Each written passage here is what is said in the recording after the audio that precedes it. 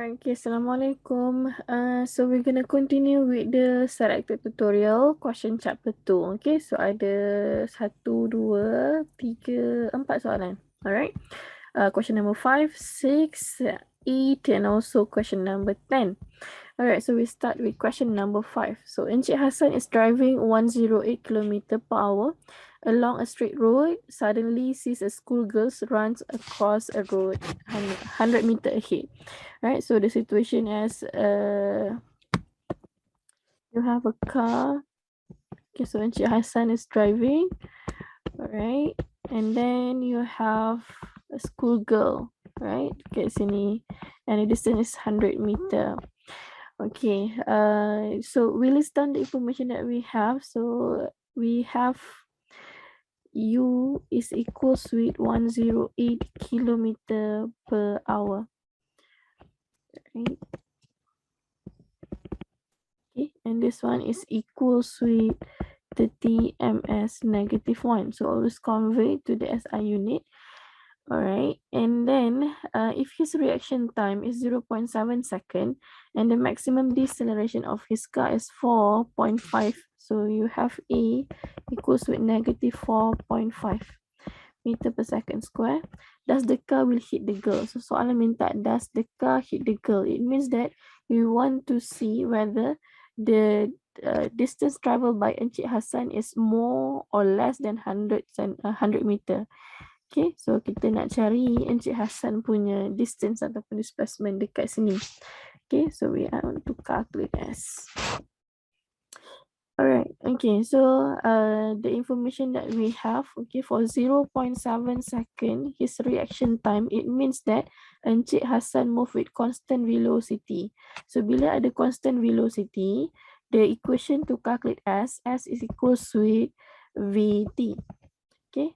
Ini kalau kita ada constant velocity, maksudnya acceleration equals to 0. So we can calculate S is equals with 30 times with 0.7 second. Okay, so dapatkanlah. So ini nilai untuk reaction time. Okay, so distance travel by Encik Hassan selama 0.7 saat tanpa menekan brake. Okay, kemudian baru dia start tekan brake. Alright, so next kita nak cari pula nilai S. Okay, tapi kita ada information tentang T. So equation yang paling sesuai untuk kita gunakan adalah V square equals to U square plus 2AS. Sebab kita tak tahu tentang time dekat sini. Yang dia bagi tadi hanya untuk reaction time. Okay, masa dia dah tekan brake sampai dia berhenti, dia tak bagi.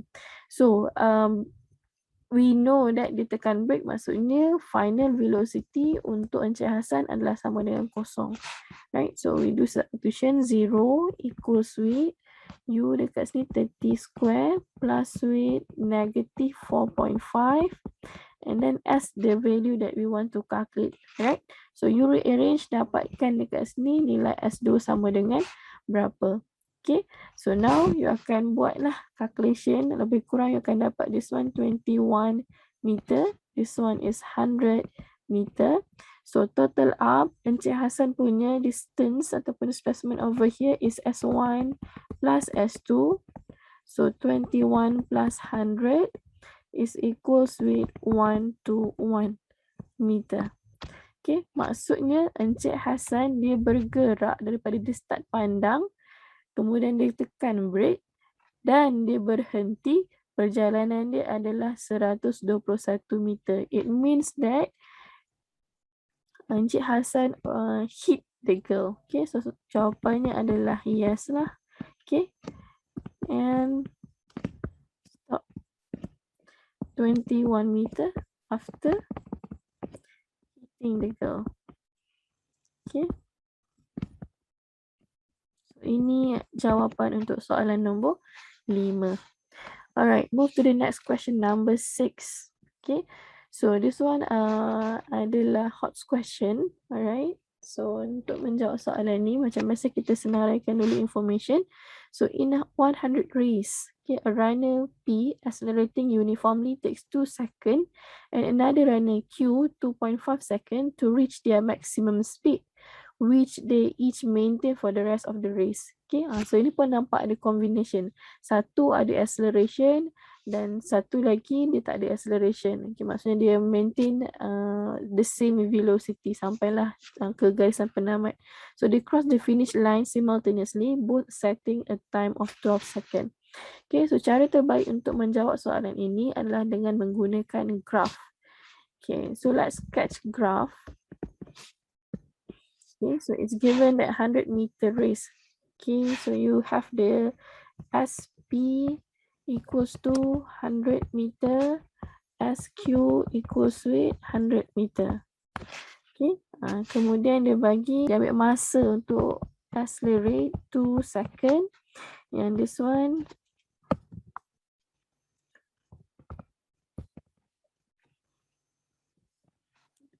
TA untuk Q dekat sini 2.5 second. Okay, hopefully tak mengelirukan saya punya ni. Okay, kemudian alright, so both setting time 12 second. So total time okay, untuk dua-dua adalah 12 second. This one total time pun sama juga 12 second. Okay, so biasakan list down information dulu. So again, so kita berpatah balik pada graf tadi, kita nak lukis graf V against T. Okay, alright, so kita ambil dulu untuk runner P. So runner P, dia ambil masa 2 second. So kita anggarkanlah 2 second, kemudian lari dengan constant speed sampailah 12 saat. Okay, ke garisan penamat. Alright, so untuk runner Q pula, so dia ambil masa 2.5. Okay, katakanlah dekat sini. Okay, 2.5 second. So it's about here. Kemudian dia maintain. Okay, kita tak tahu lagi velocity siapa yang paling tinggi, tapi kita anggarkan sajalah. Alright, so bila kita lukis graf, kita akan nampak bentuk graf kat sini adalah trapezium. Okay, and the equation for trapezium, kita ada equation untuk calculate area of trapezium. A equals to 1/2 A plus B times C. Okay, so kita ambil lah, kita anggarkan dekat sini. Kita keluarkan bentuk trapezium. Okay, so we have dekat sini this one C, so we have A, B. Alright. Okay, so from this equation, so kita boleh cari, we know that area under the graph VT mewakili displacement. Okay, so ingat balik. So it means that area dekat sini mewakili displacement lah, SK itu kapan.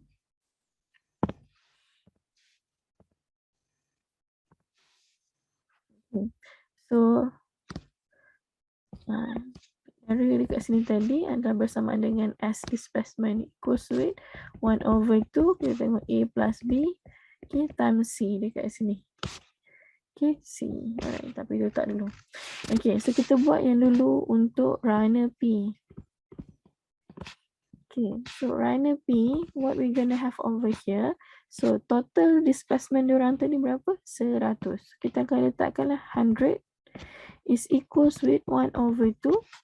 Okay, A, bahagian A belah atas. So this one kalau dekat sini dah 2. So balance over here adalah 8. So 8 plus with 12 times with final velocity V. Okay. Alright. Kemudian, so rearrange, you akan dapat lah dekat sini nilai VP sama dengan berapa. Okay, untuk menjawab soalan A, what are the respective maximum speed of P and Q? So runner Q pula sama lah, total displacement diorang adalah 100 equals with 1/2. So by this time dekat sini untuk runner Q, balance dekat sini adalah 7.5. So letaklah 7.5 plus with 12 times with V. Okay, so rearrange, you akan dapat final velocity untuk Q, runner Q. Okay, so soalan B, what is the acceleration of each runner? So bila dah ada final velocity, you dah ada kat sini initial velocity semuanya, dua-dua ni U dia adalah UP equals to 0. UQ sama juga dengan 0 jugalah. Right, so final velocity dah ada. So to calculate acceleration, so question A, B, then you can use the simplest equation. We have equation V equals to U plus AT. Okay, so kena buat dua lah dekat sini. You pecahkan untuk cari AP equals with VP minus UP divided by TP. Okay, so time dekat sini you akan substitute 2 second. Okay, jangan pula pergi ambil semua sekali sebab dia nak cari acceleration sahaja. And we know dia accelerate untuk 2 saat sahaja. Yang selebihnya dia constant velocity. So sama juga dengan Q. So you have EQ equals with VQ minus UQ divided by TQ. Okay, so TQ dekat sini adalah 2.5 second. Right, so you can dapatlah final answer untuk acceleration. Okay, soalan seterusnya C. Which runner is ahead of 6 second and how much? So this one kena buat calculation semula. Okay, gunakan equation yang atas tadi. Okay, yang soalan A tadi, you gunakan S equals to 1/2 A plus B times C. Okay, cuma kali ini kita nak cari nilai S dia. Kemudian kita akan letakkan nilai A plus B. So A dekat sini adalah 2 plus weight. Okay, A dekat sini 6 minus 2. Okay, you akan dapat 6 minus 2 akan dapat 4. Right, plus with 6 times with the dekat sini tadi times with VP. Okay, sebab kita dah buat calculation dalam A tadi, so masukkan nilai VP, so akan dapatlah nilai SP sama dengan berapa. Buat juga untuk Q, then you akan dapat beza dia, how much dia. So delta S sama juga dengan SP minus dengan SQ. So akan dapat jawapan dekat sini. Alright, so settle question number 6. Okay, the next one, question number 8. Okay, a rocket is launched upward from the ground with the initial velocity 35 meter per second. Okay, so sekarang you ada rocket. Okay, dia bergerak naik atas, kemudian dia ke bawah. Okay, sampai dekat sini. Okay, so starting point di sini A, B. Saya letakkan point A, B. Starting point A, you ada UA is equals with 35 ms negative 1. Okay. Kemudian the magnitude of its acceleration is 5. So dekat situ ada acceleration A equals with 5 ms negative 2. Okay. Kemudian suddenly the engine breakdowns at height 20 km. So yang ni dia bagi 20 km. Okay, so bila engine breakdown, automatically rocket ni jatuh kepada free fall motion. Okay, so dia fall under free fall motion lah. Kalau yang tadi tu dia ada acceleration dia sendiri. So sampai bila engine breakdown sahaja, so dia akan jadi free fall motion. Okay, neglect air resistance, calculate the speed of the rocket at the height 20 km. So kita jawab soalan yang pertama dahulu, A. Okay, so starting point dia dah bagi dah nilai U berapa, A apa, dan kita nak cari V lah. Okay, saya labelkan dekat sini point C. So nak cari VC ni sama dengan berapa. Okay, so we have information over here. S equals to 20 times 10 to the power of 3 meter. Okay, so the most suitable equation kita boleh guna V square equals to U square plus 2AS. And kita substitute macam biasa lah. 35 plus with 2. The acceleration is 5. And then times with 20 times 10 to the power of 3. Okay, convert dalam SI unit. Okay, so akan dapat lah nilai VC sama dengan berapa. Okay, settle. Kemudian B, the maximum height achieved by the rocket. So bila dia sebut tentang maximum height sahaja, we must use information V equals to 0 at this point. Okay, so untuk soalan B, okay, we have dia tanya maximum height lah, dia tanya SY dekat sini, S. Okay, so provided information kita kena guna V equals to 0. Okay, so sekarang kita punya U bukan lagi 35 meter per second. Okay, bukan sama dengan UA because the calculation is start from here to here only. Okay, saya gunakan pen lain. Okay, dari sini sampai sini sahaja. Okay. Tak boleh ambil daripada bawah sebab bawah dia ada acceleration dia yang tersendiri. Bila dah free fall motion, acceleration kita adalah bersamaan dengan negative G. So tak boleh, kena asingkan calculation dia lah. Alright, but we know that the initial ataupun the starting point dekat point C tadi, dia punya velocity adalah sama dengan VC yang kita calculate tadi. So yang ni kita akan masukkan sebagai nilai U kita. Okay. Alright, and then soalan tadi minta nilai S. Again, time tak ada dekat sini. So the most suitable equation kita boleh guna V square equals to U square minus 2GS. Okay, so ini equation untuk free fall motion. A tadi kita gantikan dengan negative G. So kita akan buat substitution 0. Kemudian masukkan nilai VC tadi. Okay, VC square tadi minus 2GS. Okay, so you buat rearrange, you akan dapatlah nilai S dekat sini. Tapi belum habis lagi. So S tadi saya dah sebut, kita hanya dapat daripada point C ke maximum. Alright, so untuk dapat overall maximum height, H max, you kena buat S tadi, tambahkan 20 km tadi. So barulah dapat jawapan akhir maximum height dia. Okay, seterusnya the time of flight of the rocket C. Okay, so kita nak cari time of flight. So again, kita kena kira asing, berasingan. Daripada point A ke point C, kemudian daripada point C ke B. Okay, saya ulang semula. Daripada point A ke C, yang ni kena buat asing. Kemudian buat pula calculation untuk free fall daripada C ke B. Okay, dan kita akan tambahkan. Alright, so this one kita kira yang A dulu, TA, this one. Okay, untuk cari nilai TA, kita boleh guna the most simple equation, V equals to U plus AT. Okay, sebab U dah ada tadi final velocity. Okay, VC dekat sini lah. So T equals to VC minus U over A. Okay, so ini VC U tadi bersamaan 35. Okay, UA awak tadi, kemudian acceleration is 5 meter per second. So masukkan nilai, you akan dapat nilai TA.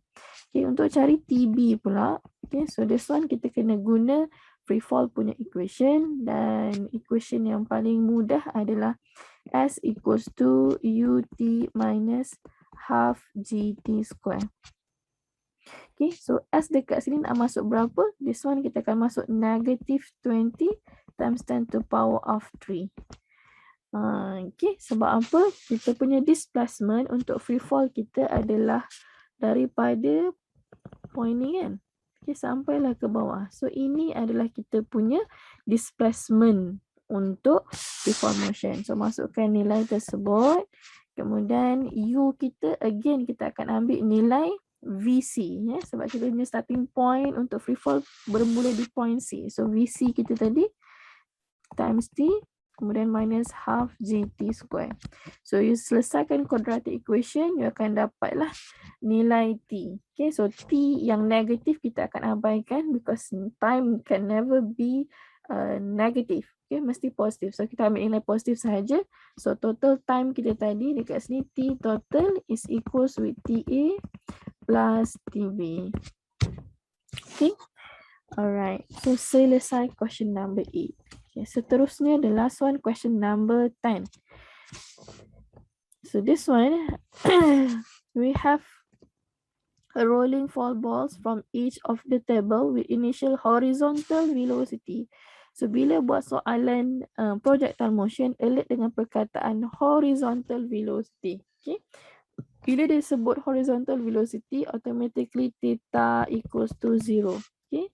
So saya lukiskan gambar yang ada dalam buku tu.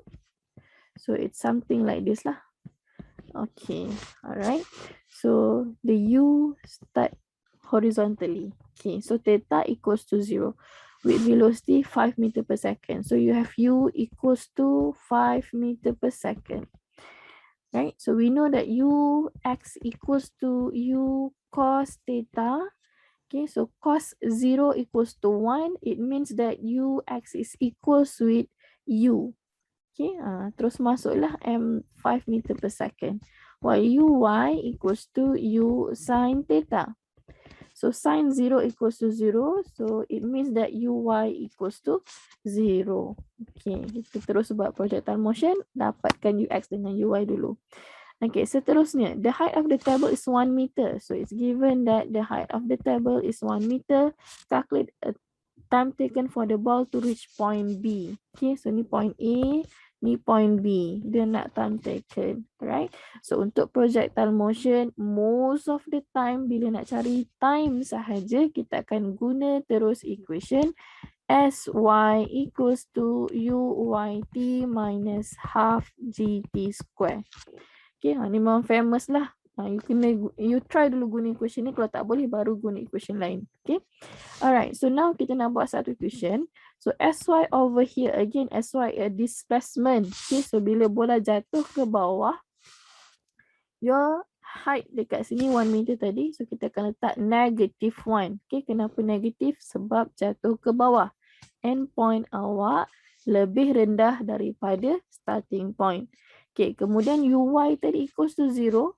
So this one becomes 0. So 0 minus with half 9.81 okay, times with t square. Okay, so you buat rearrange, you akan dapat nilai t sama dengan berapa. Unit jangan lupa. Okay, so selesai. B, the horizontal distance x. So untuk horizontal distance x, dia nak minta nilai sx. And we only have one equation. So mudah kerja lah, sx equals to uxt. Okay, so masukkan tadi ux sama dengan 5, kemudian times with the time yang you buat calculation tadi. Okay, masukkan dekat sini. Then you will get the answer sx in meter. Selesai. Okay, dan seterusnya yang terakhir C, the magnitude and direction of its velocity at point B. So this one you kena cari nilai Vx and also Vy. Okay, so untuk Vx, we have equation Vx equals to Ux equals to 5 meter per second. Okay, sebab kita dah buat tadi awal-awal Ux sama dengan berapa kan. Kemudian Vy pula kita nak cari dekat sini. So boleh gunakan equation, ada beberapa equation kan. So kita ambil yang mudah lah kat sini. Vy equals to Uy minus GT. Okay, so kat sini uy equals to 0, so it means that you have negative 9.81 times with t lah yang you buat calculation dekat A tadi. So masukkan dapat Vy. So untuk cari dia punya velocity, so V equals with set Vx square plus with Vy square. Okay, ni untuk equation magnitude. So dapatlah jawapan you punya velocity ms -1. And then untuk cari direction macam biasa kita boleh guna tangent theta equals with Vy over Vx. Okay, so inverse tangent dapatkan nilai theta sama dengan berapa. Alright, so since that we have Vy equals to negative value. Okay, so maksudnya kalau kita boleh lakarkan, okay, the position of velocity is something like this lah yang you kira tadi. So theta dekat sini. So the angle theta below positive x axis. Okay, so ni x and y. Alright, so itu sahaja untuk chapter 2. Thank you.